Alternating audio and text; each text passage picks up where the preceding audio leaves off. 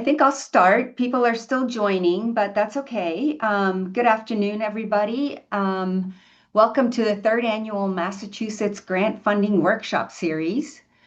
My name is Martha Shields. I direct the New England Environmental Finance Center as well as the SNEP network. We've heard feedback from past participants of this series that it's a really useful way to get a snapshot of the grant funds available all in one place. And granted, we're going to give you a lot of information, but it's meant to really orient you to the spectrum of the available funding opportunities in a wide range of topics related to climate resilience. As always, we will follow up with the recording of this workshop. You're being recorded, by the way, so you can go back and hone in on the opportunities that were interesting to you. It will also contain information on how to get in touch with us if you need further orientation of a specific grant or if you need assistance with pursuing any of these opportunities. As for the agenda today, next slide.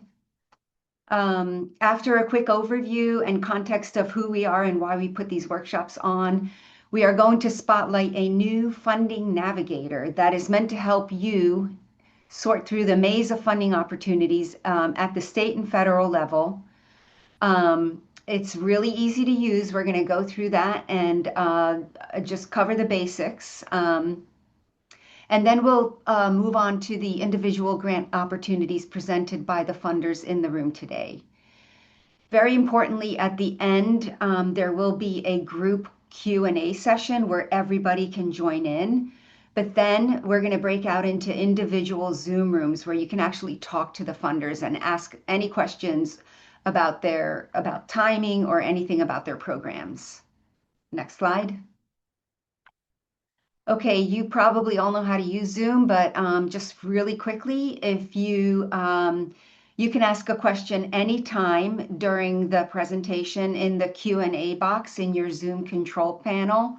We will try to answer them, just, answer you right in that panel, in that panel. But if we can't answer you, we'll answer it at the end in the Q&A section. Technical issues, just use the chat feature and the webinar host will help you out. And like I said, we're being recorded and we're going to send the recording after the meeting. And if you would like to use closed captioning, please just click on the closed captioning feature at the bottom of your control panel. And with that, I'm going to hand it over to Alex, and she'll take you through some of the context. Thank you so much, Martha. And like Martha said, my name is Alex Golachensky. I am the Senior Program Manager for the SNEP Southeast New England Program Network. Very briefly, I just wanted to provide a high-level background on the New England Environmental Finance Center, which is the organization that I work. The New England Environmental Finance Center, or the New England EFC, is one of 10 environmental finance centers nationally that supports communities in advancing environmental and climate resilience efforts. This organization was founded in 2001, and we serve as a technical assistance provider for EPA Region 1, so supporting communities across the entire New England region. Our work is really centered on building and providing direct technical assistance to communities, organizations, and tribes, and we are really focused on watershed planning, stormwater management, climate resilience, and of course, supporting with funding and financing like this webinar series today. And our work is really centered on, again, providing assistance, network building, and really helping communities move ideas into action from planning all the way up to implementation. You can see here on the right some of our program areas, many of whom you're going to hear from today briefly throughout this webinar. Next slide. I also want to share a little bit about the Southeast New England Program Network, which is supporting this webinar today. I'm sure many of you on this call already know a little bit about us, but briefly, the Southeast New England Program Network was founded in 2019 with funding from EPA Region 1's geographic program under the same name, the Southeast New England Program, which is really focused on advancing, watershed health and, community resilience in southeastern Massachusetts and Rhode Island. We are a group of 15 plus partner organizations with local and regional expertise in stormwater management, watershed, ecological restoration, and climate resilience. And we work together to provide a suite of free services to communities within this region. We kind of work on three different topic areas. So we provide high quality training programs, including webinars like this one today, workshops, as well as in-depth cohort-based long-term training opportunities that are really focused on providing peer-to-peer learning and kind of in-depth training and technical assistance. A key one that kind of a cornerstone of our training program is our stormwater planning series, which is now, I believe, in its fourth year running, which is a 6-month training and technical assistance program that supports communities in designing a conceptual retrofit. We also do in-depth year-long technical assistance projects through our annual solicitation.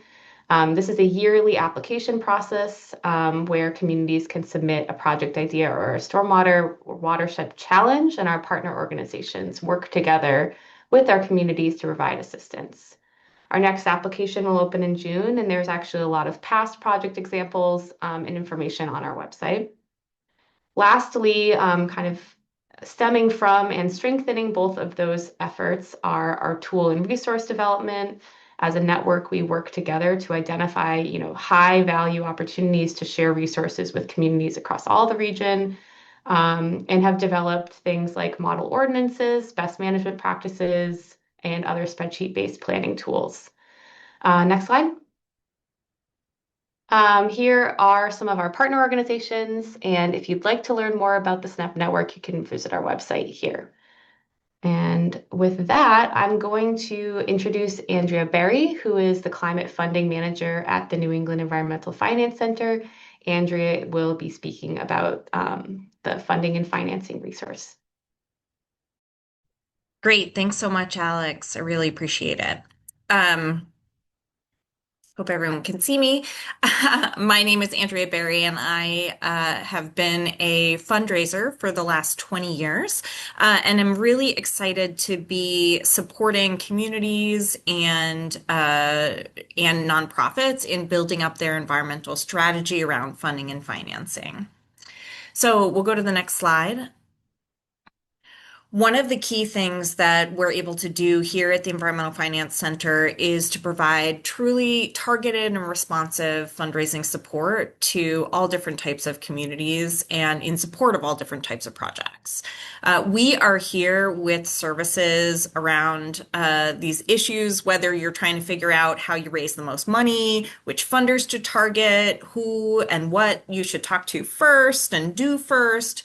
How do you hone your pitch? What's worth your time?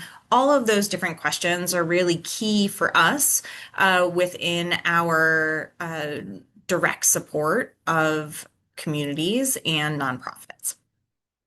So through that, we truly do offer whatever we can find. So this is in complement to the SNEP network support. You can reach directly out to us at the Environmental Finance Center, and myself and colleagues can provide you with fundraising strategy coaching, funding scans, which we'll spend a lot of time talking about today. We do trainings and focusing on diversification, help create fundraising plans, and we also do proposal review.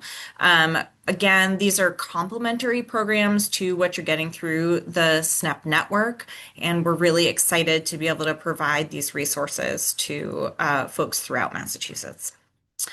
All right, we'll go to the next slide. One of the big things that we're very proud to be offering is our fairly new funding and financing navigator. You can find the financing navigator on our New England Environmental Finance Center website, and we'll have the link up in a little bit. And what it is a truly dynamic database of all different types of funding opportunities throughout New England. So that is state-based funding, Massachusetts, as well as the other 5 states, federal funds that are available. We're trying to keep those up to date as best we can and indicating when they're no longer programs that exist or including where we have questions in those areas. And importantly, it also includes a very robust listing of private foundation funding that's available to support all different types of environmental projects. I just heard today that we crossed the 650 grant mark, so there are more than 650 opportunities. And again, this is always growing and expanding with key current opportunities that are available to organizations and communities all throughout New England. The database is truly filterable and sortable in all different ways, and we'll walk through that in a second. And you can essentially access it in a variety of different formats. You can look at this as a calendar format. You can find it in a list, like you can see here in this image, or we have a really nice gallery free feature that gives you a kind of a card-based, bigger snapshot of what different opportunities are. And again, in addition to grants, we also have included some loan programs and tax credits, although I will say that is an area where we're just starting to add those opportunities into the system. All right, so we'll go to the next slide. In dealing with preparing for this group, I wanted to go through and just give a very quick demo or sort of demo, screenshot demo of our funding and financing system. So in talking with Martha, Alex, and Leah, we came up with a series of focused search criteria. So we know that folks involved in the SNEP network are interested in stormwater, green infrastructure, and nature-based solutions. You're all Massachusetts-based organizations, and so we've tried to tailor it to Massachusetts folks. And we've decided in this particular moment in time, maybe you want to step away from a focus on federal funding and see what else is out there. So we'll go to the next slide. So taking those search criteria, we're able to go into the functionality of our tool and put in exactly what we've got here. The geography, Massachusetts, or things that are available nationally or for New England. Topics, it's kind of cut off here, but we picked green infrastructure, stormwater, and nature-based solutions. And we can exclude anything that's coming up from federal funds. So we'll go to the next slide. And what comes from it is, when I pulled this together a few days ago, a list of 35 grant opportunities that are available to organizations and communities that meet the qualifications that I suspect the vast majority of you on this call are hitting. So this is an example of this kind of gallery view where you can see a really nice snapshot of the organizations and the funding opportunities that are made available. And in a second, we will take a step further and take a step farther and look at some of the other formatting views for you. But really important here is that we're trying to take the vast landscape of funding opportunities that are out there and save you critical time and energy in sifting through all of that to narrow in on a searchable and manageable list of funding opportunities that are a reasonably good fit. Now, I will say this is not going to be the end all be all for you. It's not 100% sure that all 35 of these grants are going to be perfect fits, but we're trying to cut through all of the forest so that we can actually see the trees that we want to climb. I don't know, strange metaphor, but you get it. So we'll move on to the next slide. So once you get, this is the other version of how you can look at this information. So again, on a list view, same content as what we saw before, but here on the list. And the really wonderful benefit here is when you do this search on our list view, you can click those three little dots up in the corner, and it will give you an opportunity to actually download all of this content into a spreadsheet so that you can manipulate it and move it around and save it for later. So whenever you're ready to dive into this content, the information is there at your fingertips, and it really does have everything that you would need. You know, the name of the funder, the focus, a deadline, all these different search criteria and topics, but also a nice high-level summary of what in the world is this funding that we're pointing you towards, and what are some things that you need to know? What's the size of the average grant? When is it open? When is it closed? Who do I contact? And how do I find out more? So we're really trying to make this a smooth and easy process. And I know many of, if not all of the grants that you're going to hear about today are already here in this system. So we'll go to the next slide. And just to wrap up, it is really easy to use. You can go to our EFC website and just go to the funding navigator page, and all the information will be right there. Use this link to get to it. Choose how you want to look at the information and what criteria you want to search, and then filter and get right spit out for you your personalized opportunity information. We're here to try and make this process as easy and smooth as we can. And this is just one of those services that we're here and happy to provide. If you need more intensive help than you're able to get through other SNEP Network resources, you can also reach directly out to me or through our website or through Alex, Leah, and Martha to access the additional kind of hand-holding and support, fundraising coaching that we offer in partnership with our friends at the Environmental Protection Network. And we'll go one more slide. I think that's me wrapping up. So again, please do take advantage of this tool. We've spent a lot of time working on it. If you find something that's weird, send me an email and we'll try and fix it right away. And thank you, Alex, for dropping that into the chat.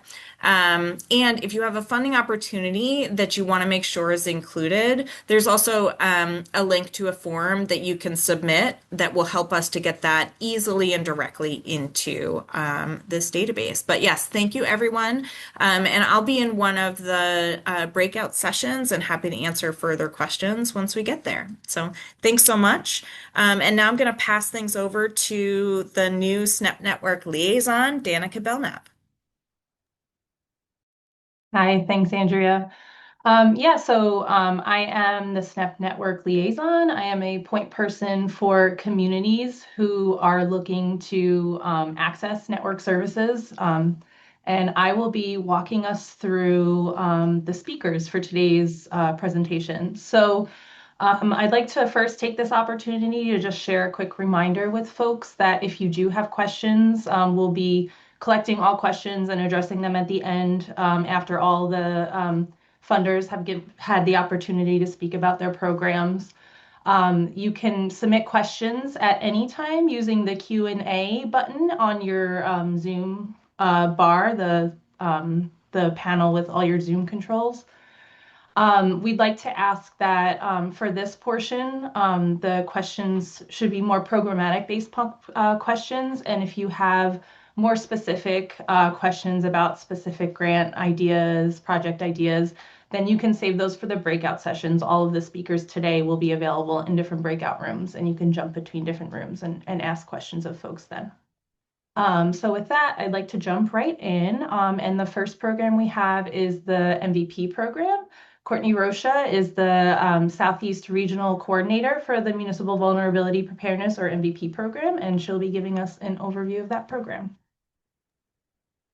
Hi, everyone. Thank you for having me today. That grant sorting tool looks amazing. Thank you for putting that together. I wish the state had one as well. As Danica said, my name is Courtney Rocha, and I am a regional coordinator for the Municipal Vulnerability Preparedness, or MVP program. And we are a grant program that helps municipalities prepare and adapt to the effects of climate change.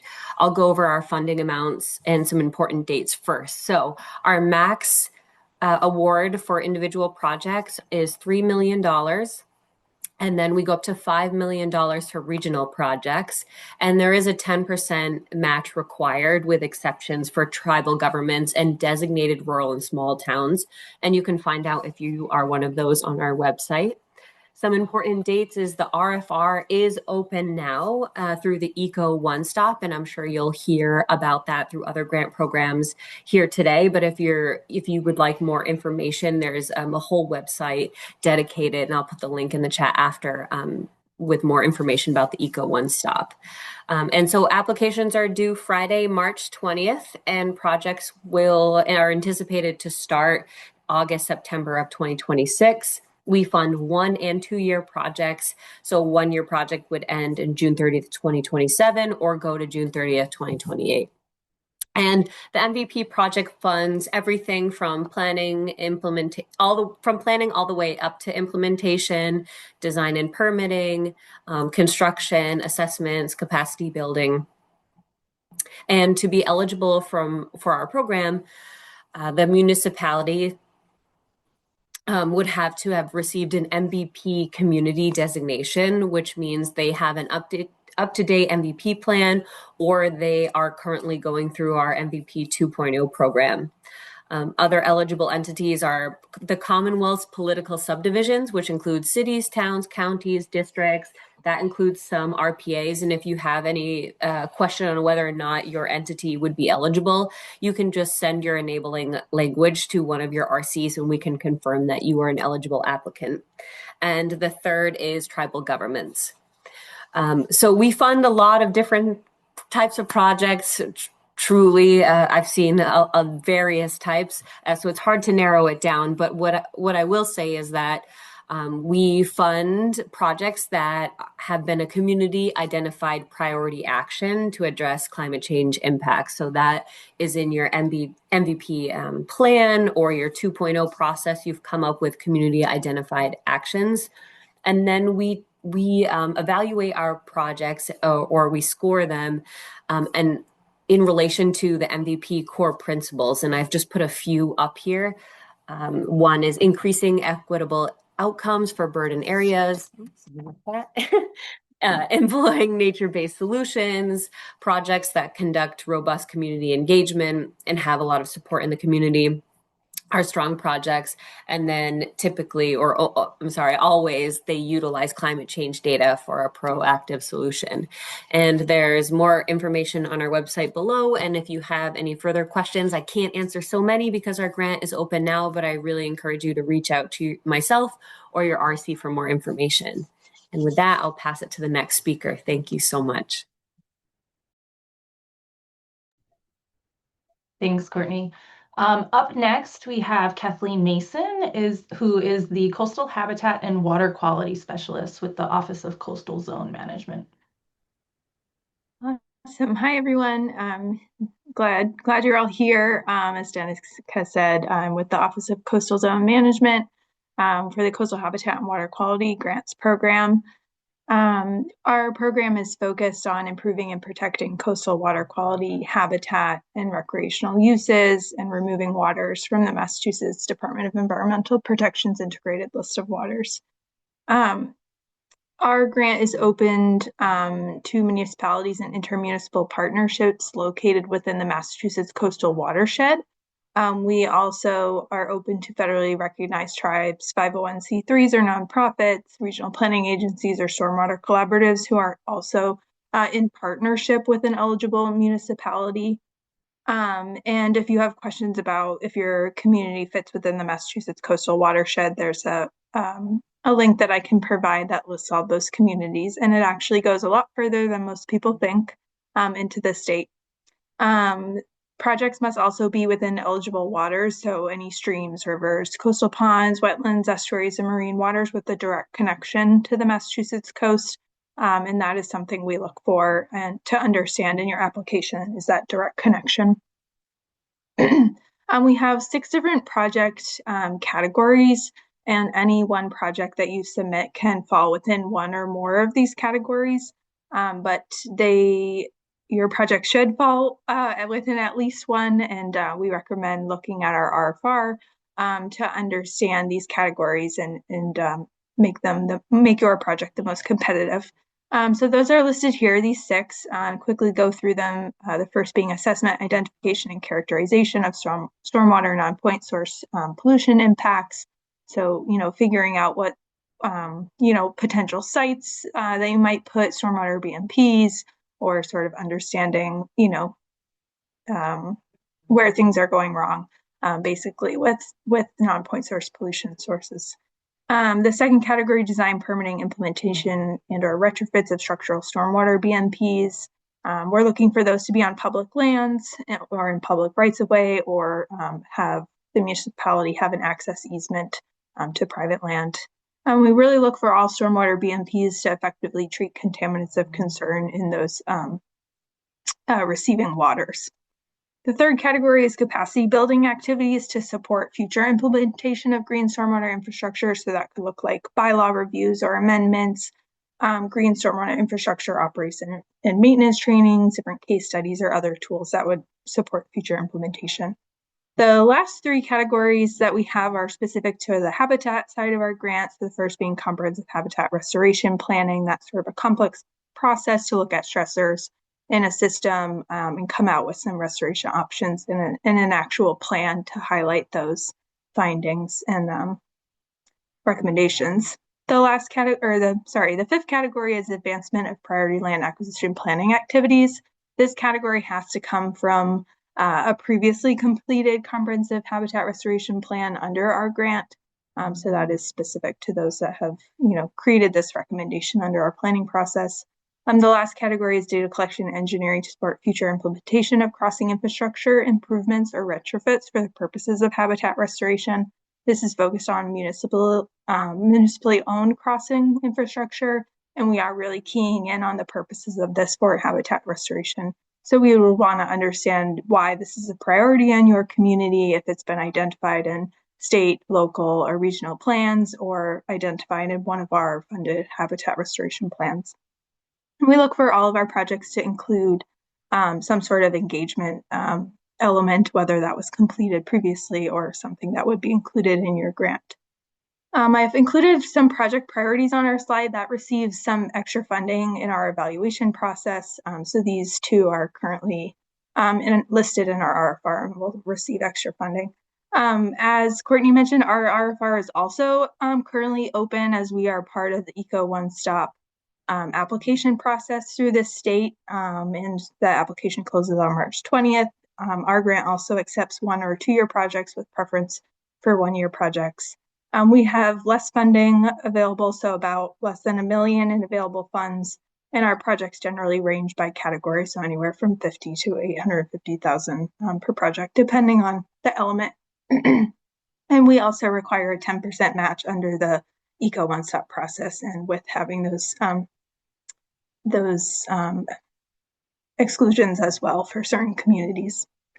And I've included a link to our website. And as Courtney mentioned too, I am not able to answer a lot of questions as our RFR is out, but can send you to certain sources. Thank you.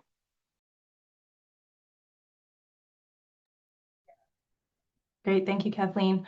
So up next, we have another CZM program. Patricia Bowie, the Coastal Resilience Specialist at CZM, will share the Coastal Resilient Grants program. Hi, thank you so much, Danica. Great to be here with everybody this afternoon. I'm Patricia Bowie, and I coordinate the Coastal Resilience Grant Program for CZM. This grant program provides funding and technical assistance for local and regional projects to address coastal flooding, shoreline erosion, and sea level rise impacts. As far as eligible project types and applicants go, I'll just start there. Our program is open to Massachusetts coastal cities and towns. You can apply as an individual community, or you can certainly partner up with the neighboring municipality to address larger, more regional type of climate impacts. We are also open to Massachusetts tribal governments and certified 501c3 nonprofit organizations. We fund a range of coastal resilience approaches, which I have listed on the screen there.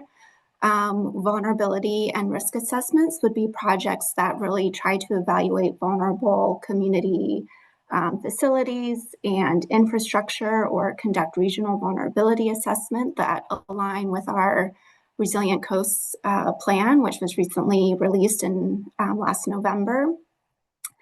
Public outreach projects are projects that try to develop local and regional support for the implementation of proactive management measures.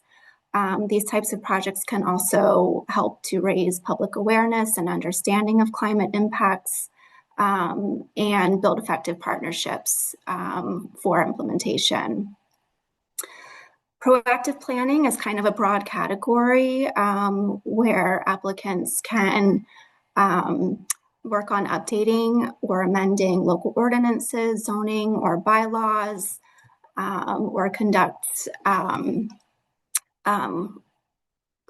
resilience planning projects to help reduce the exposure of existing and future development along the coast. Retrofit and relocation, these are engineering and construction types of projects that adapt vulnerable facilities and infrastructure to reduce long-term flooding and erosion impacts. And then shoreline restoration are projects that evaluate suitability, design, permit, construct, and monitor non-structural approaches. Within this category, we fund beach and dune nourishment, coastal bank stabilization, fringing, salt marsh restoration, and living breakwater or sill construction. Our program priorities haven't really changed a whole lot over the years. Again, we're looking to address the current and future flooding, erosion, and sea level rise issues, either at a local or a regional scale. We're very interested in protecting public facilities and critical infrastructure and really trying to get to on-the-ground implementation through our state capital dollars that support this grant program. We also want to make sure that these projects are providing broad public benefits and access opportunities to the coast and support for adaptation in burdened areas. As Kathleen and Courtney both already mentioned, our program is also part of Eco One Stop. This is EEA's new initiative that was just launched to try to streamline the application process for a handful of climate and resilience focused grant programs in EEA. So we are part of that grouping.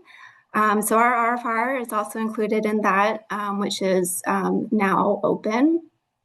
The deadline to apply is March 20th, as I think was already stated. Projects are expected to begin kind of late summer, early fall. And for coastal resilience grant projects, we also offer a 1 or 2 year timeline. So your project would either end June 30th, 2027 or June 30th, 2028. We typically have around $5 million available per fiscal year, and we offer up to $2 million per project. And again, there's the 10% match, and there are exceptions again for rural and small towns and tribal applicants. And again, since our RFR is out, we are limited to really just providing some clarifying statements on these programs, but we'll be happy to do so in the breakout later. Thank you. Great, thank you, Patricia. Up next, we're going to shift to a speaker from the Division of Ecological Restoration. Holden Sparacino is the Stream Continuity Program Manager, and he's going to be sharing their Culvert Replacement Municipal Assistance Grant Program. Hi, everyone. Here to talk about the Division of Ecological Restoration's Culvert Replacement Grant.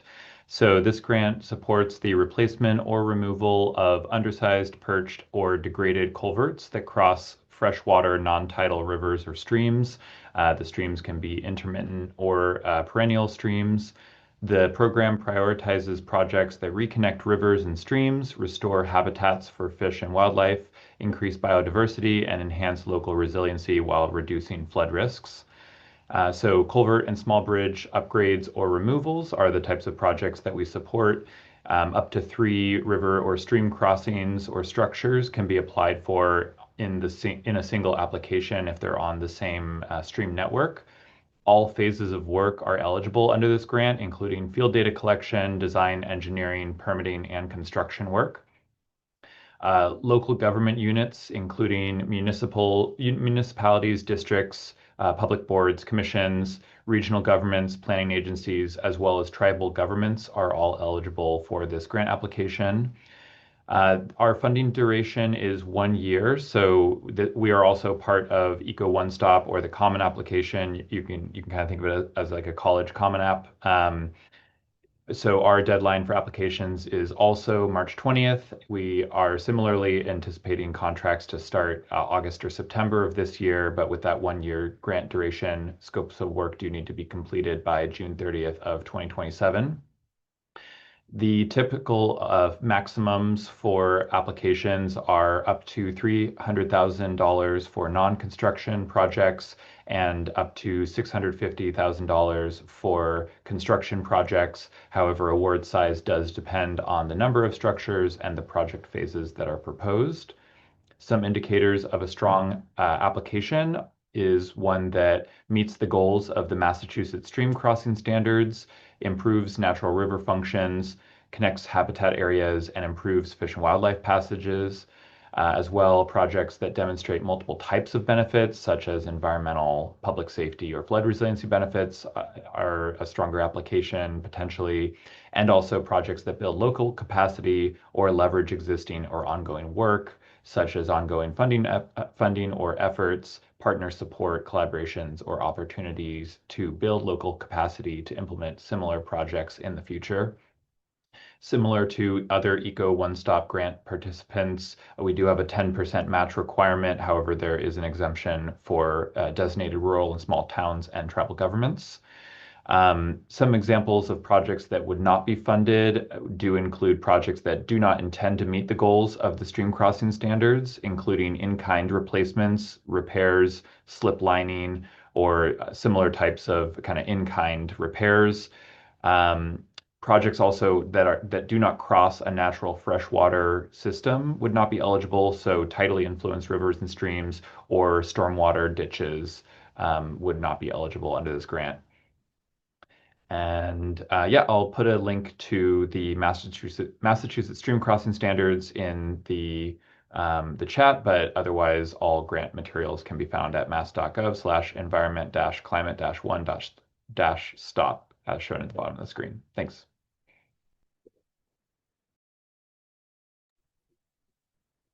Thank you, Holden. So up next is the Massachusetts Department of Fish and Game's in lieu fee program for wetland and stream restoration projects. Elizabeth Sanciola is the contact for that program. She's the in lieu fee program administrator at Mass Fish and Game. She was unavailable today, so Alex Skulichensky, who is the SNEP Network program manager, is going to walk through this program for us. Thank you so much, Danica. Yeah, I will provide a brief overview of this project, and I'll definitely drop some links in the chat that Elizabeth was able to share with me, including her contact information. The Massachusetts Department of Fish and Game's in lieu feed program allows sponsors of projects that require permits from the U.S. Army Corps of Engineers to actually pay a fee as mitigation for unavoidable impacts to federally regulated aquatic resources. The Department of Fish and Game then aggregates those fees and administers the in lieu fee program. So those fees are then distributed out for implementation of large-scale mitigation projects.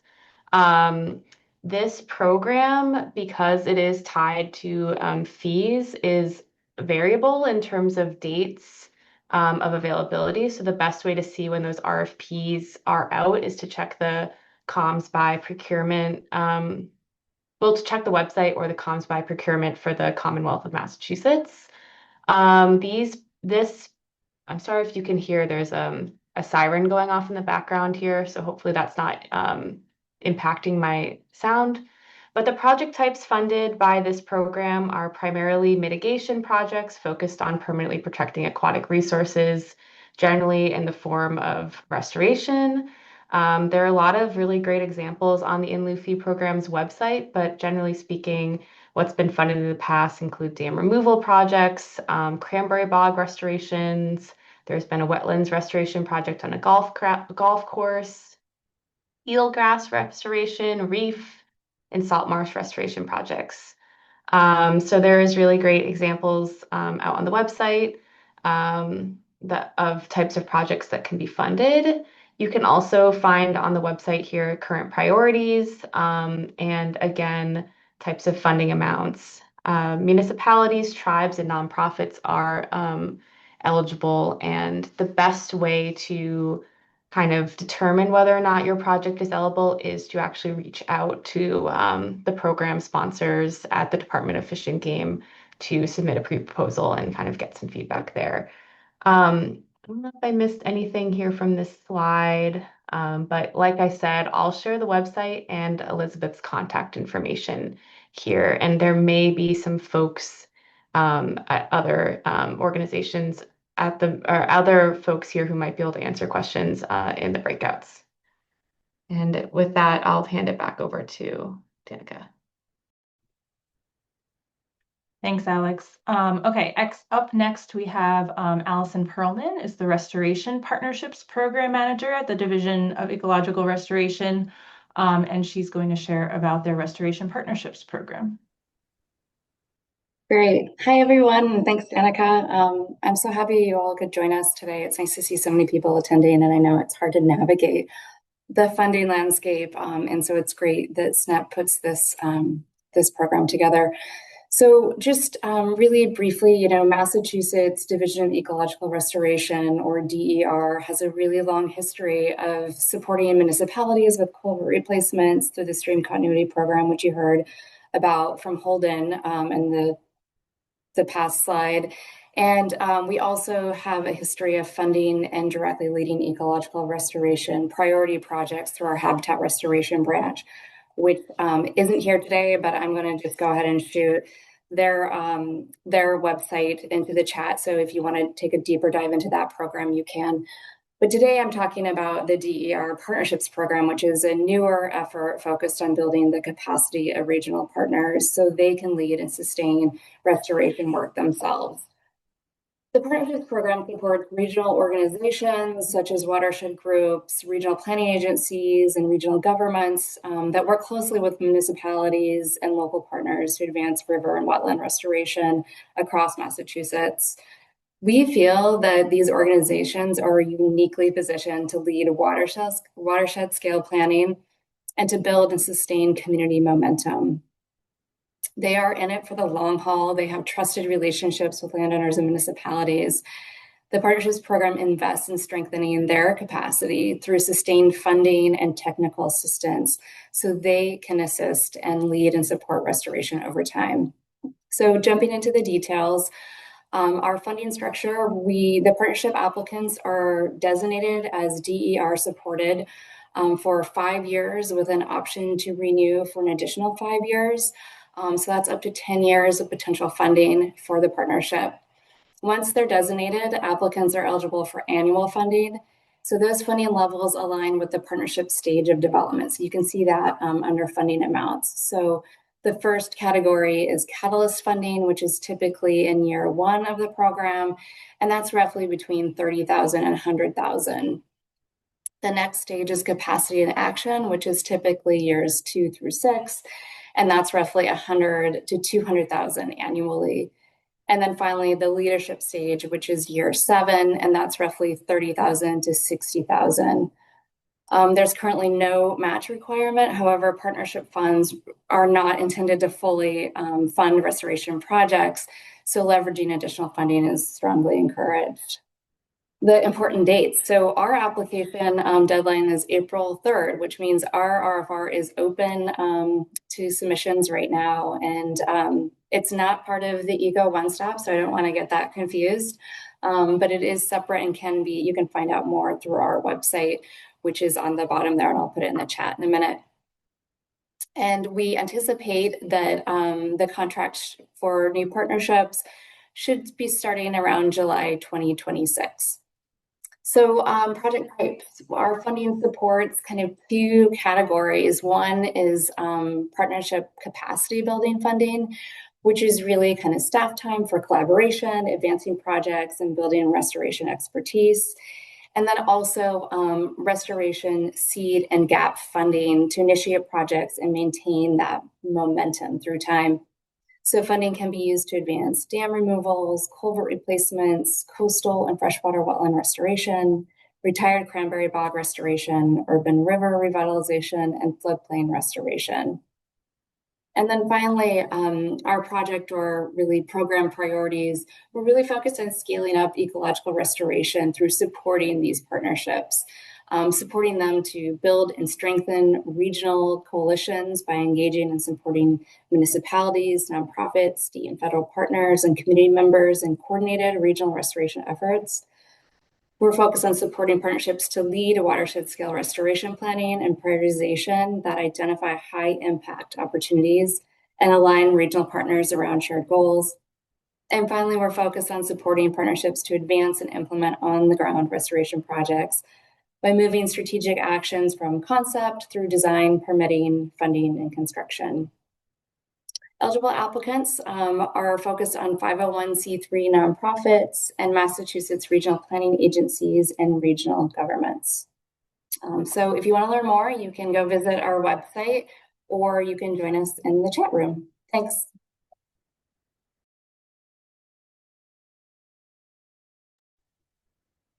Thanks, Allison.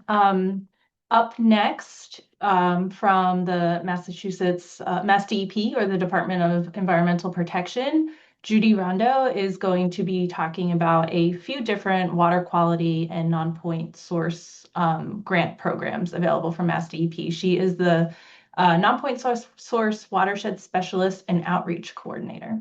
Go ahead, Judy, take it away. All right, thank you, Donica. Okay, so as Doc said, I've got 3 grants that are offered through the Watershed Planning Program that I want to share with you. The first 2, the Clean Water Act Section 604B and the Clean Water Act Section 319, are federally funded, and the 3rd grant is a state-funded grant. So 604B is a planning grant. Our 2 federally funded grants are actually designed to work in sort of a planning to implementation funding pipeline, if you will. So we recommend that applicants apply for 604B first to take care of all their planning activities and then apply to 319 to conduct their implementation activities. So the types of projects that we fund through 604B include all aspects of planning activity, such as water quality monitoring, water quality data assessment, watershed assessment. So you've identified maybe what the quality of your water bodies are. Now you're trying to identify where your pollution sources might be. Any activities associated with planning and design. So any site evaluation work that you need to do, like soil testing, any preliminary surveying type activities that are required in order to conduct your or to complete your construction design plans. And very importantly, the development of 9-element watershed-based plans. So in order to apply for 319 funding, and I'll talk about this a little bit more, you do need to have a Mass DEP approved 9-element watershed-based plan. And you can do all of that plan preparation work and development of the watershed-based plan through the 604B planning grant. Let's see. Priorities for 604B include the mitigation of non-point source pollutants from three focus areas that we identify in our non-point source management plan, which include developed land, septic systems, and agriculture. Obviously, as I mentioned, we intend for this to be a funding pipeline. So any project or any planning project that leads to a future 319 implementation project will be prioritized. And obviously, we're interested in solving non-point source pollution issues in our water bodies. So any project that develops solutions that will reduce non-point source pollution and allow the water body to meet Massachusetts surface water quality standards will be prioritized. And finally, projects must include active and comprehensive community engagement. So for this upcoming grant cycle, we anticipate we'll have about $1.9 million. We don't have a minimum or a maximum, but awards typically range between $50,000 to $500,000. And for 604B, we do not require match. We do like to let applicants know that if they are able to provide match, it does increase the competitiveness of their proposal. But again, it's not a requirement, so you won't be penalized if you don't have match to provide. We're anticipating that we'll be releasing the RFP late winter, early spring, so possibly around April, maybe the beginning of May. We're in the process of developing the RFP now, so we don't have a firm release date on it. And the due date will probably be 6 to 8 weeks after that. So if we release April, we're looking at probably the end of May. Eligible entities include any units of government, so cities and towns, counties, regional planning agencies, or councils of government, federally recognized tribes, conservation districts, and interstate agencies. Our grant coordinator is Megan Selby. She is always very happy to speak with anyone about their proposed grant projects. So if you have any questions, please feel free to reach out to Megan and she'd be happy to speak with you. Next slide, please. All right, the 319 non-point source implementation grant is the second of our two federally funded grants. And as I previously said, this is kind of our action grant. This is where you take all those plans that you developed under 604B and make them happen in the real world. So for this particular grant round, we are only going to fund implementation projects. Folks that have applied for 319 in the past will probably recall that we also have a capacity building project category, but we're not going to be offering that for the federal fiscal year 25-26 grant. So implementation projects include projects that restore impaired waters, that protect healthy waters, and also a relatively new category for us. This is related to the recent Title V updates.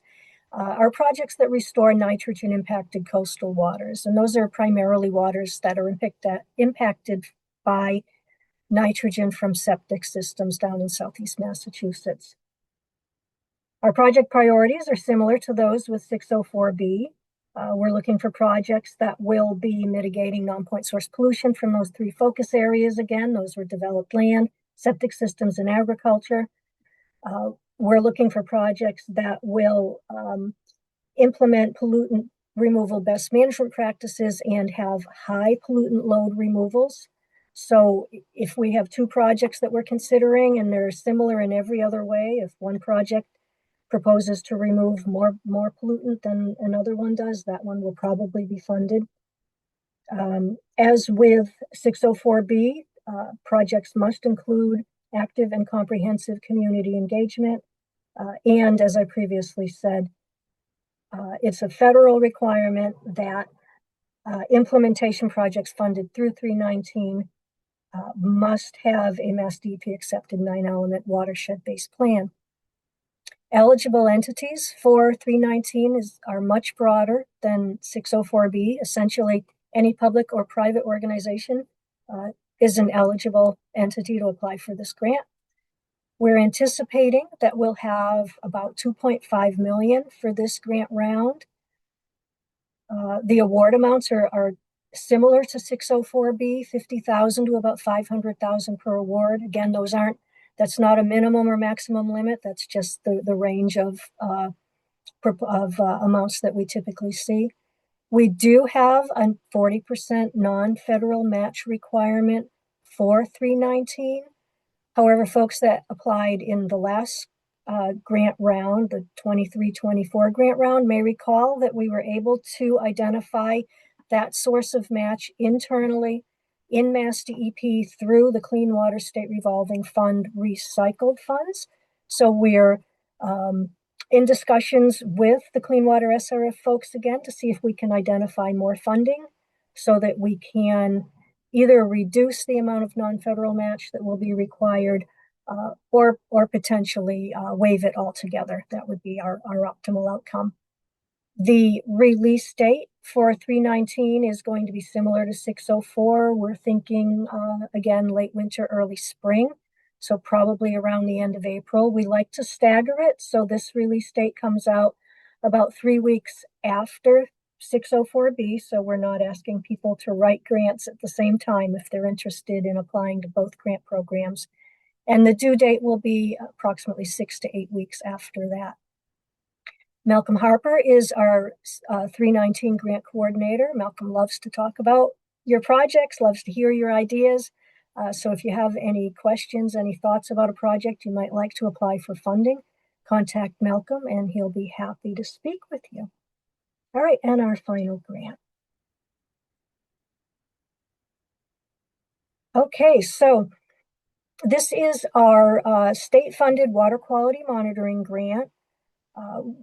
This project will fund, this grant will fund projects that conduct water quality monitoring that help to build capacity for an organization's ability to conduct monitoring in their watershed, and also to develop long-term regional monitoring programs and networks. So some sample eligible activities include the purchase of monitoring equipment and supplies, and that can include calibration supplies as well as monitoring supplies. Fees for external lab analysis if you're not going to process your samples in-house. And also fees for services such as consultants, data management tools, and calibration or repair if you need to send your equipment out. The priorities for this particular grant include the collection of data that is needed by our program, the Watershed Planning Program, for our Clean Water Act 305B and 303D decision making and reporting.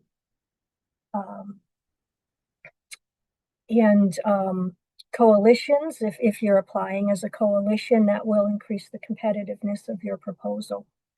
Eligible entities include state or federally recognized tribes, as well as nonprofit organizations such as watershed groups. We're anticipating that we'll have about $200,000 for funding. Awards typically range from $10,000 to $50,000, and there is no required match for this grant. We anticipate that our next request for proposals will be in summer of 2026, so probably around August, and they'll be due about 4 weeks after that, so around September. Dr. Bob Smith is the grant coordinator. If you have any questions, you can contact him and he'd be happy to answer them for you. I think that's it for me. I will pop the link to our grant webpage into the chat, as well as the contact information for our 3 grant coordinators, and I will look forward to your questions in the breakout sessions. Thanks, everybody. Thanks, Judy. Okay, up next is Caitlin Connors, the Director of the Division of Water Investment at Mass DEP, and she's going to share about the Clean Water State Revolving Fund program. Great. Thank you all.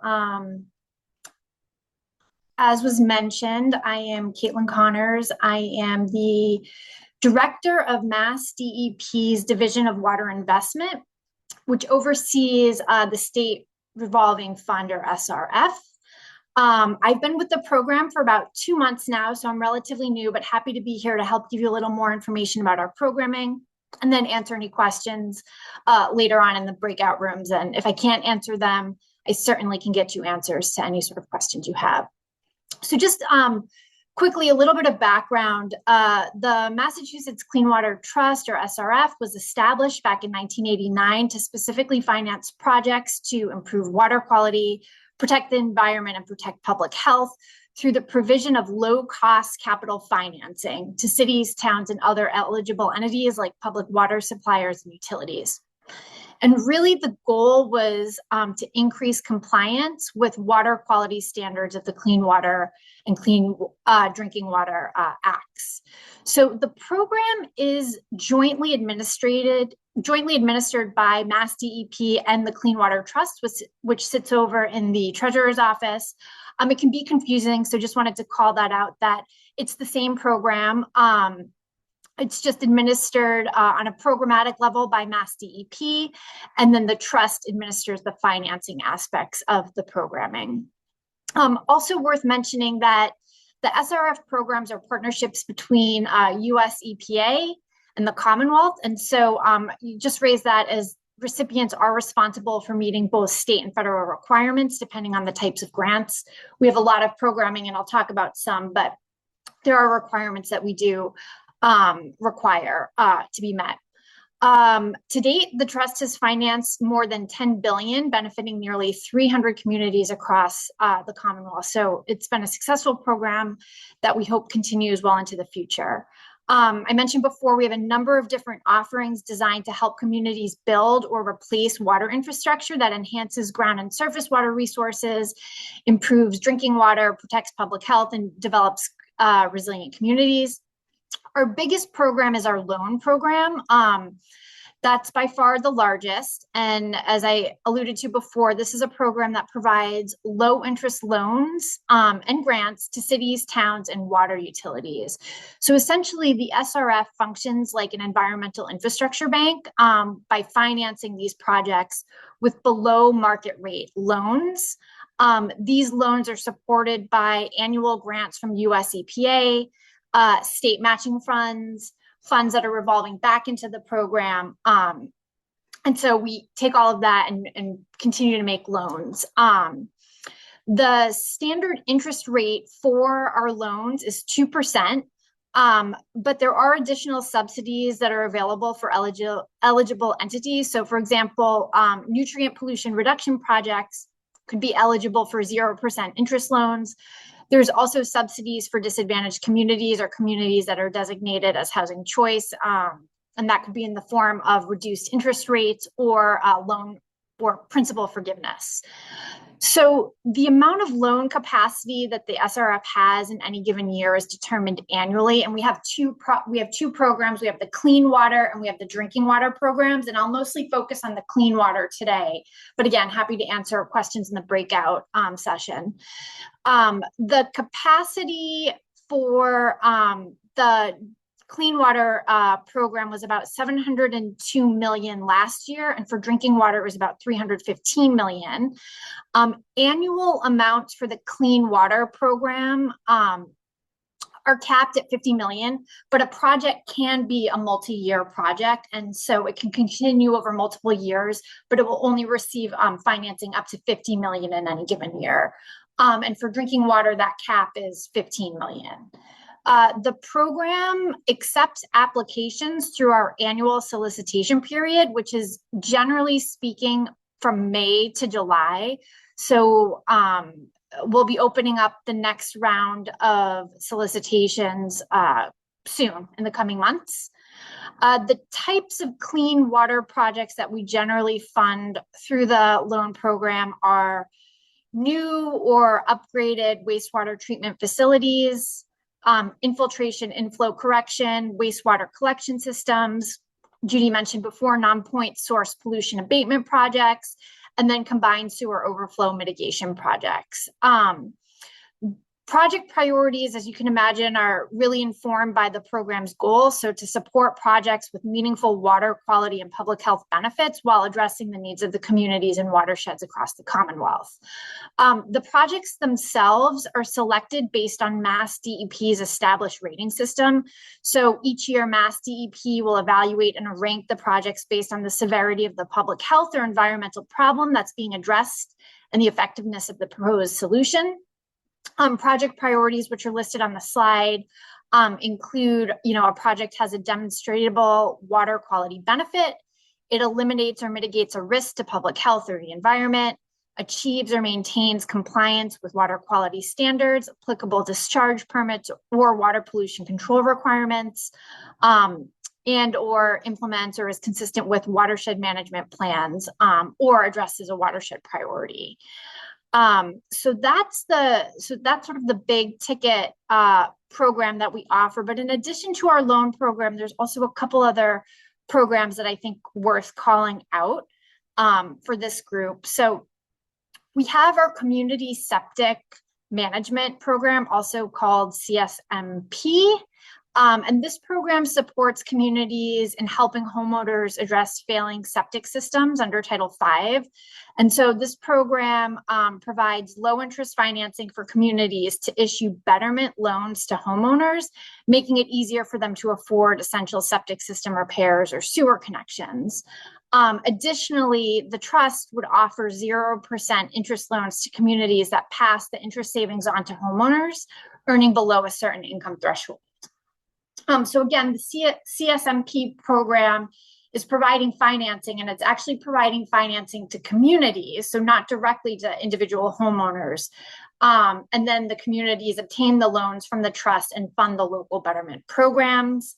Some of the eligible work, just for an example, includes site analysis, septic system design, removal and replacement of system components, permit acquisition, sewer connections, et cetera. So those are some of the works under that program. That program, it's a loan program, but applications are accepted on a rolling basis. And so there's a link on the bottom of the slide that you're seeing that will get you to all information related to SRF. And so more information on this program, as well as the loan programs and any other sort of burning questions you have, can be found through that link there, including the application that would be needed to submit for this program, which again is on a rolling basis. Other programs worth mentioning, I'll go through really quickly.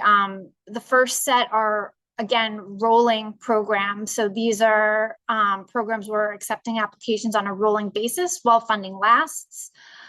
First up, lead service line replacement loans. Not sure how relevant it is to this group, but wanted to flag that this is a program that's used to support communities in replacing lead drinking water infrastructure. We're offering 0% interest financing with loan forgiveness. And this is a program that's based on available funding. It's funded through IJA. And so funding, is finite, and we're hoping to get those dollars out the door as soon as possible. So wanted to flag that. We also have planning loans. Again, accepted on a rolling basis, and this is really used to support entities in evaluating the cost and effectiveness of a construction project, such as a comprehensive wastewater management plan. And so those are also subject to funding availability, sort of first come, first serve. Moving on, we have a sewer overflow and reuse grant program, sometimes referred to as the OSG grant program.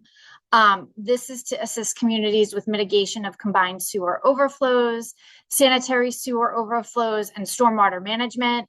The priority here is really focused on rural communities, so populations of 10,000 or less, or disadvantaged communities. And this one is capped at 250,000. Lastly, we have an annual program. Oh, sorry to interrupt. I just want to let you know we're at time. If you want to just last one is the asset management grant program, and I'll leave it at that. It's there, and there's more information you can find on the website. Thank you. Thanks, Caitlin. Mhm. Okay, so up next is Matt Duff, the Water Infrastructure Specialist at the New England Environmental Finance Center, and he's going to be sharing about their New England Water Infrastructure Network Technical Assistance Program. Thanks, Danica. Thank you guys all for being here this afternoon. I'm going to share a quick snapshot of NEWIN, as Danica just said, the New England Water Infrastructure Network, which is another program under the umbrella of the New England Environmental Finance Center and offers specifically free technical assistance support on the water infrastructure side of things. So I just want to quickly lay out how we can help communities in Massachusetts, especially when you're trying to line up a project for SRF. So a quick overview of just the NEWIN program in general. We are, like the New England Environmental Finance Center, an EPA-funded technical assistance program housed at, again, NEEFC and at the University of Southern Maine. So we work in all six New England states in Region 1. But again, we're based out of the University of Southern Maine in Portland. And so what we do in simple terms is, again, provide free hands-on support to try to help communities and water systems move from early concepts, from that stage of we know we have a problem, we've identified a problem, to SRF ready implementation. And one thing we always want to emphasize as part of the NEWIN program is that we are not a funder. So this makes us a little different from a lot of the other programs you're hearing about in this section. We're not a funder ourselves, but we are funded by the EPA to support be a support network and system that helps you successfully navigate SRF and related funding pathways, and also to just reduce the friction that tends to slow a lot of these water infrastructure projects down. So although we do try and help identify and apply for various other federal and state funding sources, we do have a focus on state revolving fund eligibility and access.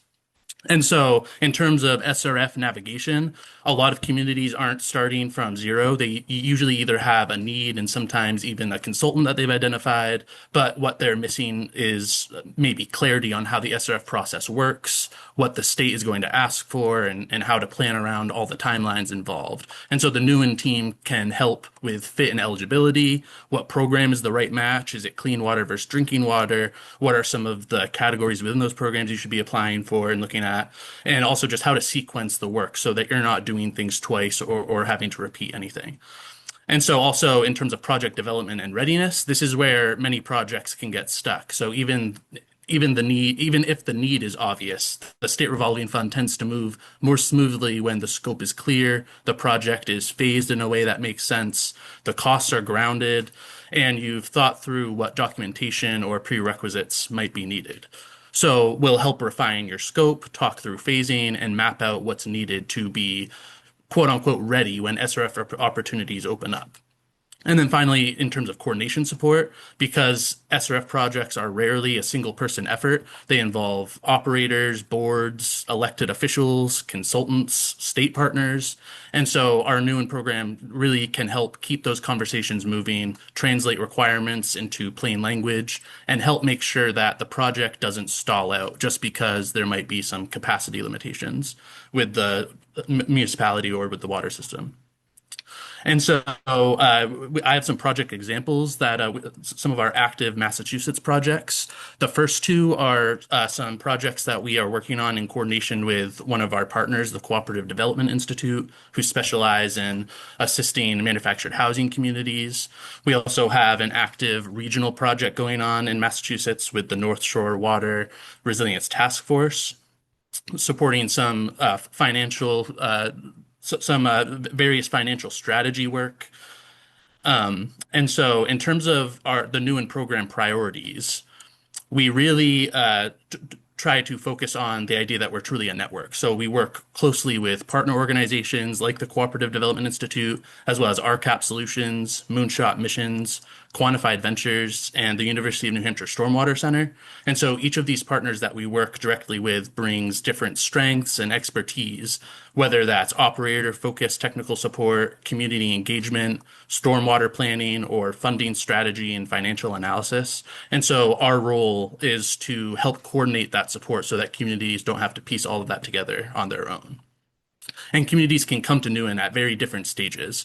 Some are just trying to define a project and understand what their options are. Others are already preparing for SRF. They're getting their engineering and readiness documents together. Maybe they're working through affordability and rates or navigating that application process.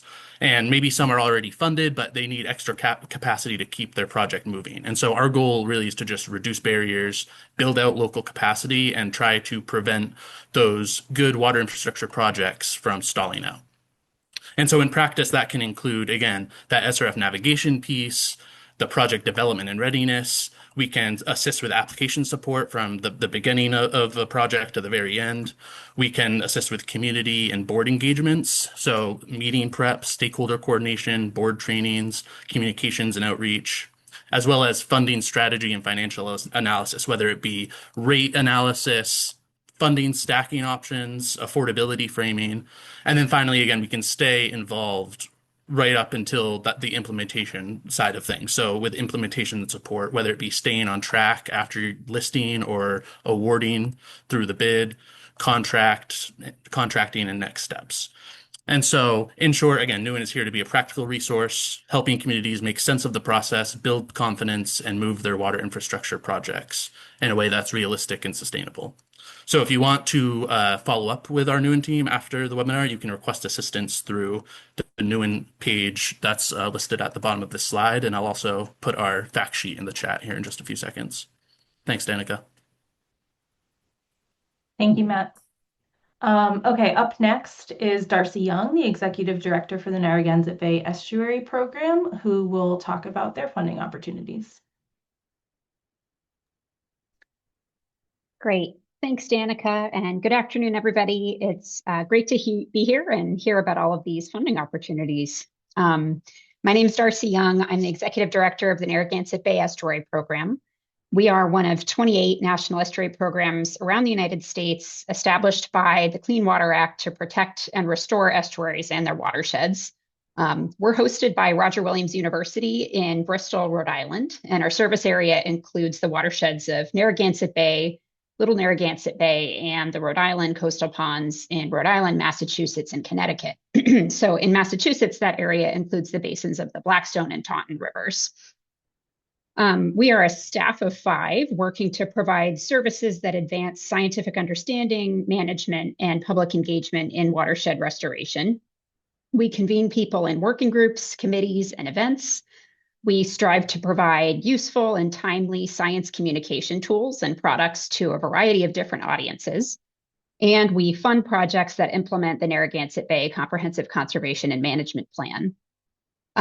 We're fortunate to receive annual funding from EPA through both the National Estuary Program and the Southeast New England Program. And all of the opportunities that we release are subawards of those federal funds. We work to make our application processes as streamlined and simple as we can, and we're committed to working with groups that are new to federal funding. We recently closed multiple requests for proposals, but we'll have at least 2 more this calendar year. First, we have one RFP open right now for watershed outreach and education projects. We are seeking proposals for projects that engage people in watershed science and restoration, for example, in-school and non-formal education opportunities, community science monitoring activities, volunteer restoration opportunities. The list kind of goes on. The maximum amount for those awards is $15,000. You can certainly request less than that. And the applications are due on April 10th. And then secondly, we will release a final installment of Infrastructure Investment and Jobs Act funds for pre-construction project planning activities, such as partner and public engagement, site-specific studies and assessments, and final designs and permits. We haven't yet finalized the specific topic of that RFP, but it will broadly address projects that aim to improve water quality and/or habitats in the region's rivers, streams, and coastal and estuarine regions. In past years, through this funding opportunity, we've funded green infrastructure planning, habitat restoration and public access planning, and river and stream habitat connectivity planning. So there are lots of different potentials there to be aware of. So as we look toward planning this funding opportunity and others, we try to reach out to organizations and communities to understand their needs and structure our opportunities to be responsive to those needs. So I would love to connect with folks in the breakout room about their projects or separately from the breakout room as well. And our staff is able to answer questions at any time. So please reach out to us. And I'm going to include a link in the chat that will bring you to our website, our open outreach and education RFP, an interactive map of our study area to help determine if your project location is eligible, and the sign up form for our email list so that you can receive notifications for our upcoming funding opportunities. And I'll also include my direct email in the chat. So thanks very much for the opportunity to present, and I hope to connect with many of you soon. Thank you, Darcy. Up next, we have Kyle Gray, the Chief of Staff at Throw Environmental, and he will be sharing about the National Coastal Resilience Fund. Great. Thank you, Danica. Well, it's good to see everybody. Kyle Gray, Chief of Staff at Throw Environmental. We are a firm based in Rhode Island that contracts with the National Fish and Wildlife Foundation on several different grant programs, but the one we'll be talking about today is the National Coastal Resilience Fund. So this program has been around since 2018, and you'll see on the left side, as of last year, they were awarded about $78 million for nature-based solutions grants across the entire coastal United States. So that's roughly the scale of the program that we're looking at here. And in particular, I mentioned nature-based projects, but these should be nature-based solutions that address community resilience in terms of risk reduction, specifically for critical infrastructure, as well as benefits to fish and wildlife habitat. So those are some of the core pieces of this program. They often frame it as dual benefits. So you need to have benefits for the resilience to communities, as well as the fish and wildlife habitat resilience. And those are kind of your tentpole issues for this one. You'll see in the center here that there are several different project types that NIFWF can award funding for. There are 4 categories, and these are structured like a pipeline intentionally. So each applicant will only be applying for one project type, but it's kind of a natural fit where if you are awarded, you can always reapply in subsequent years, hoping to get funding for subsequent phases.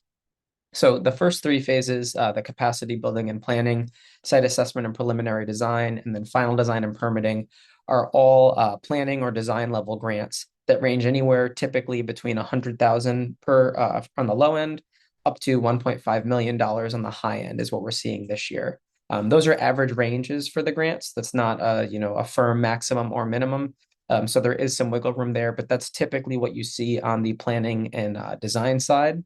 And then for restoration and implementation, which is the final category for this program, those range anywhere between $1 million up to $7 million for grant funding.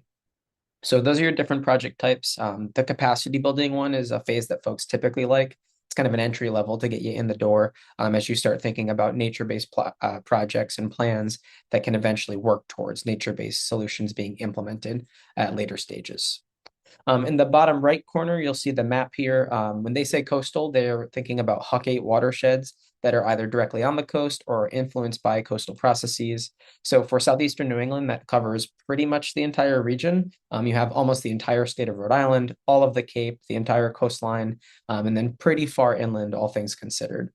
So if you're interested in what your specific geography looks like, you can go to NIFWF's website, which is on the bottom of the screen, and then navigate to the mapper, and you'll be able to put in a specific address or landmark to determine whether or not you're eligible based on geography. You should also think about your organization type to know whether you're eligible or not. It's pretty much the standard players. You've got nonprofits, government entities, tribes, as well as academic institutions. But there should be a comma there right at the bottom. It's also for-profits that are eligible. So if you have a consultant that you typically work with and you're a local government or a nonprofit, that consultant, that for-profit group can be the lead applicant so long as you can show that their services have been competitively procured. Another piece to note here is that outreach and engagement is a very strong piece of applications. It's something that makes you more competitive. So I would encourage folks at every phase, not just the planning one, to incorporate engagement activities, work with the community, let them see the designs that are being developed, make sure those periods are open for comment, and then engage them all the way through the end, maybe with volunteer activities that you could also consider counting as match. For this program, match is not required, but it is strongly encouraged. So I would say, to the extent that you can, gather together that cash or in-kind match. Those can be services or materials. It can be staff time, maybe room rentals. All of that together will be helpful for you to make a competitive case when it comes to that cost ratio of how much you're requesting versus how much you're bringing to the table for match and activating as part of your grant. Jumping around here on the left side, you'll see the dates for this year. So the RFP came out a couple weeks ago on February 20th. Pre-proposals, which are mandatory, are due for this program on March 31st. So it's relatively short. It's about a 2-page narrative, but that must be submitted if you're hoping to get funding. That is due again March 31st of this year. There's a review period for pre-proposals that happens throughout April and May, and then invitations to submit full proposals typically go out around mid to late May. Should you be invited, because full proposals are invite only, that full application would then be due on June 24th of 2026. They take the summer to review proposals and make final decisions. Everything goes to NIFWIF's board, and they typically announce awards in early December. So the last piece that I'll hit on here is our role as field liaisons at Throw. So we provide free of charge technical assistance to applicants all across the country and every corner of the country. I think the folks in New England have a bit of a leg up because we live in your backyard. Not literally, but we're right here in Bristol, Rhode Island, and all across the region. So to that extent, I would say take advantage of the free technical support. You can email the address that we have right on screen at the bottom, ncrf@throw-environmental.com. And in doing that, you'll be connected to any one of our field liaisons within our team. We can help you think through project ideas, think about the competitiveness of your project specifically, help you think about how you should maybe frame a project, or co-benefits that you want or do not want to talk about. Really, it's a soup to nuts approach for technical assistance. The only thing we cannot provide is specific grant writing. We cannot write pieces for you, but we can provide feedback on anything that you've written and answer your questions. So with that, I'll pass it back to Danica. Thank you, Kyle. Great. Now I would like to introduce our final grant program speaker, Tom Ardito. He is the director of the SNEP Watershed Implementation Grants Program through Restore America's Estuaries, and he has a couple different SNEP grants to share with us. Thanks, Danica. Hi, everybody. I'm sure many of you are familiar with SNEP Watershed Implementation Grants, also known as SWIG, formerly just SNEP Watershed Implementation Grants. We've been doing this since 2018. And the program is a partnership between Restore America's Estuaries, which is my organization, a nonprofit headquartered in Washington, D.C., and EPA Region 1 out of Boston.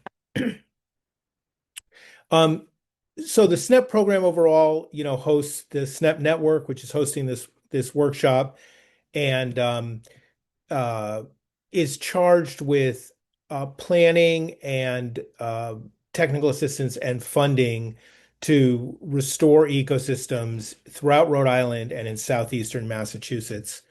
The SNEP network is the principal technical assistance component of that program, and we're one of the principal funding components of that program. We have annual competitive grants. The SWIG grants are out right now, so we just released the RFP last week, and you can go to snepgrants.org and get full information on that, the application link, the request for proposals. This year, we expect to do about 1.8 million in grants in Rhode Island and Massachusetts. The funding amount, as you can see here, is from $10,000 to $250,000. I expect that most of the proposals will be in the $100,000 to $200,000 range, probably something like that. We can fund projects. We fund a very broad range of projects, and in practice, that means everything from, stormwater, dam removal,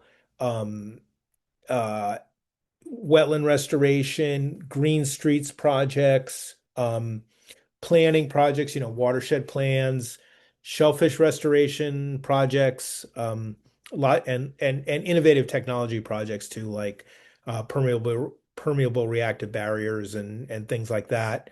So we can fund a very wide range of projects. We can fund any stage of a restoration project or any combination of stages, from concept design through permitting, through implementation or even, post-implementation monitoring, that kind of thing. Um, our our period of performance this year, as I said, the applications are open now. It's a letter of intent. It's a pretty streamlined application. We'll be selecting the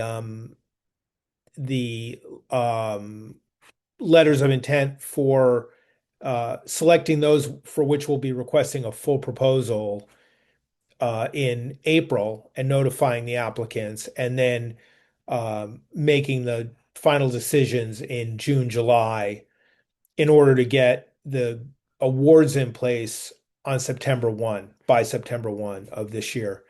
And then there's slightly less than a 2-year performance period with the grants once the grant agreement is in place.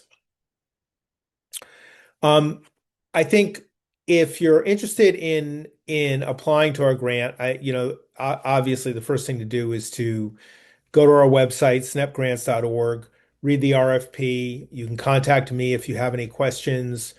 I think the application process is quite simple and should be pretty self-explanatory, but we are doing an application online workshop. I think it's the 11th of this month, but all the information is on our website. And I guess the one other thing I would say is, we really emphasize projects that are partnership based and we have, most of the projects that we fund are, maybe a nonprofit working with a municipality or several municipalities working together, or various kind of partnership based structures, because a big part of what we're after is not just completing restoration projects in the region, but also building the capacity to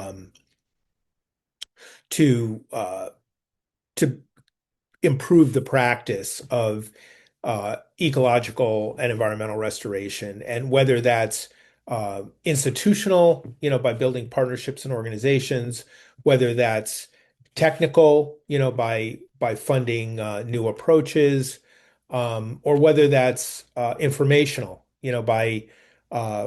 because we hope that most of our projects have a pretty significant outreach component, whether that's to the public or to the technical community or both, depending on the nature of the project. I think that's it for this program. And if you provide the next slide, that's great. We have another grant program, our Restoration Capital mini grants. We launched this last year. And it was very successful. And this is a much more narrow program than SWIG. And its purpose is to provide funding for purchases only, up to $10,000, for supplies, materials, equipment, items that organizations need in order to effectuate restoration projects, whatever that may be. So this program has funded everything from purchase of plant material, for stormwater installations, to SONs and YSIs and other water quality monitoring devices that organizations use in situ. We funded one to the Woonasquatucket River Watershed Council. They built an e-bike for watering stormwater installations. So it's an e-bike with a tank system on it, so they didn't have to drive trucks around to water stormwater. BMPs, they could just drive their e-bike around. So anything like that. And it's strictly for purchases, and it's meant to be kind of a one and done grant program where you apply, you get the award, make your purchase, show us the paperwork, and we close out the grant. So that's it for our programs. And and let me just say about the timing of this, it'll be, mid to late spring for this one. I don't have an exact date on it yet. And with that, I'll look forward to speaking with anybody who joins us in the breakout room.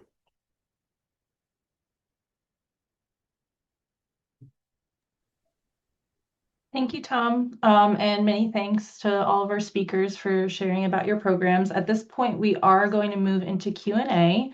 So I'd like to invite all of the speakers, if you want to come back and be prepared to answer any questions. A reminder for participants, any questions at all about any of the programs shared, please enter them in the Q&A box on your bottom Zoom panel. I will jump into the first question that we received, and this one was about directed towards Andrea about the environmental funding navigator tool. And the question is really geared towards eligibility for different types of nonprofits that might not be registered as like an official 501c or other type of nonprofit, but maybe a small new group such as an LLC that is a nonprofit but not registered in that way. Does the navigator tool differentiate between eligibility for those types of programs? And then I think I might also just invite Andrea or any of the other speakers here if you have any suggestions about eligibility for those types of nonprofit groups. Sure. So I will, after I stop answering this question, go back and double check and make sure that there is, or whether there is or is not, that search capability. The thing that I will say about small groups that are kind of early in their stage to becoming nonprofits, a fiscal sponsor is a really wonderful partner in your work. And in Massachusetts, I know on the larger scale of organizations that Third Sector New England, based in Boston, does provide fiscal sponsorship for many groups just getting started. And so they're a group that I would start reaching out to see if that's something that you'd like, because while a lot of foundations have restrictions, private foundations have restrictions around not being able to support or organizations that don't have their official 501c3, many of them will accept applications through a fiscal sponsor who's essentially applying on your behalf. So that is an opportunity, and certainly if there's whoever had posed that question, I'm happy to set up a conversation and chat and come up with some strategies for raising money specifically for your work as you kind of move through that process. Thanks, Andrea. Any other notes or comments on that from any of the other speakers?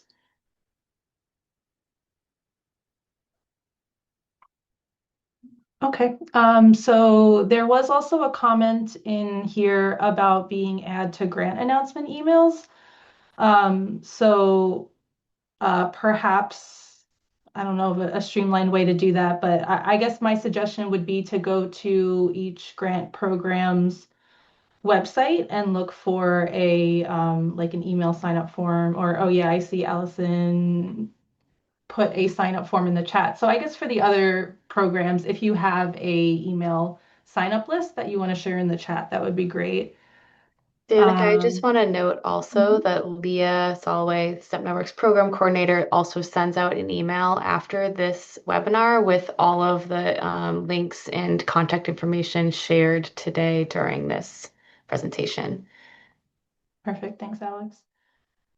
The next question is about the in lieu fee program. Alex, if you're able to answer about it, but is this open to areas outside of the current priority watersheds? Do you know? I was just trying to find the answer. Kate, I'll drop the contact information for Elizabeth again. And I think it's probably the best way to get an answer to that question. Thanks, Alex. The next question is for Judy about the Section 319 funds. Will they fund sewer extensions if the watershed-based plan that is DEP approved says that they need to happen? We will not fund sewer extensions primarily because of the expense, but we will fund the cost for connections from a property, a residence, or a business to a sewer line. That's not something we've done in the past, but we just received clarification recently from EPA that that is an eligible funding expense. So. Okay, thanks, Judy. You're welcome. Next question is, do some or all of these grant opportunities have restrictions on stacking multiple grants for a single project in order to get beginning to end funding?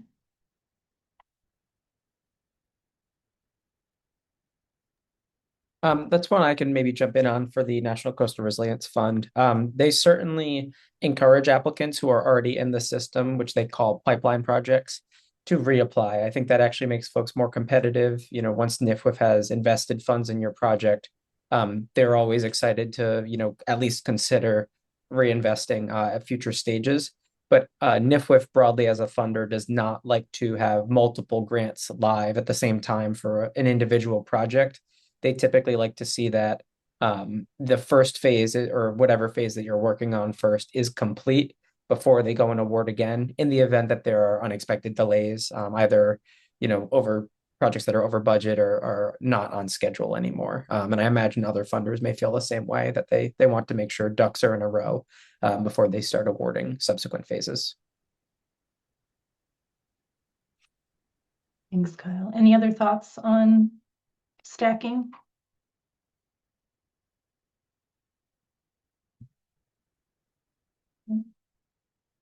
Okay, the next question for the water quality monitoring grant program specifically, Judy, are municipalities eligible for this? And would it potentially cover hiring a consultant to do required annual MS4 stormwater sampling? I do not believe that we will fund MS4 required activities. And municipalities are not eligible entities. I would, if you want to follow up on that question about MS4, you could contact Bob Smith and just run that past him. But I don't believe we will fund those activities. Okay. Thank you, Judy. There was one more question in here that I think is more geared towards the breakout sessions, but Kyle, it's for you about the Coastal Resilience Grant Program. If you have maybe like a quick yes, no answer that you can share, but otherwise I would say, because we're short on time, I would suggest, Matt, that you maybe ask this question in the breakout session if you want to hear more. But the question, Kyle, is if the Coastal Resilience Grant, oh, actually, I don't know if this is about the CCM or, because there's two different Coastal Resilience Grants, sorry. But it asks if it would cover a townwide evaluation master plan of seawalls. But now I'm realizing there are two different Coastal Resilience Grant programs. So I think it could apply either to Patricia or Kyle. I can jump in with a quick answer, at least for NCRF, the NIFWF, the National Fish and Wildlife Foundation program. If it's installing seawalls, very likely not. It's meant to be nature-based solutions, so think more green infrastructure than gray. If it's a townwide evaluation to maybe convert seawalls or other hardened infrastructure to greener or something more nature-based, potentially you'd really have to play up the nature-based component of that and ensure that the planning was then leading towards projects down the road. If it was just a planning grant without eventual implementation, that would be less compelling. I can jump in for the Coastal Resilience Grant Program. We do fund vulnerability assessments that evaluate vulnerable critical facilities and infrastructure, and that can be on a townwide basis. Our RFR is currently out, so I would encourage you to check the RFR for more details on the project eligibility. Thank you to both of you. So at this point, I think we should move to the breakout session. Apologies if we didn't get to answer your question. But again, I encourage you to join the breakout room of the speaker that you're interested in. You can still have an opportunity to ask your questions there.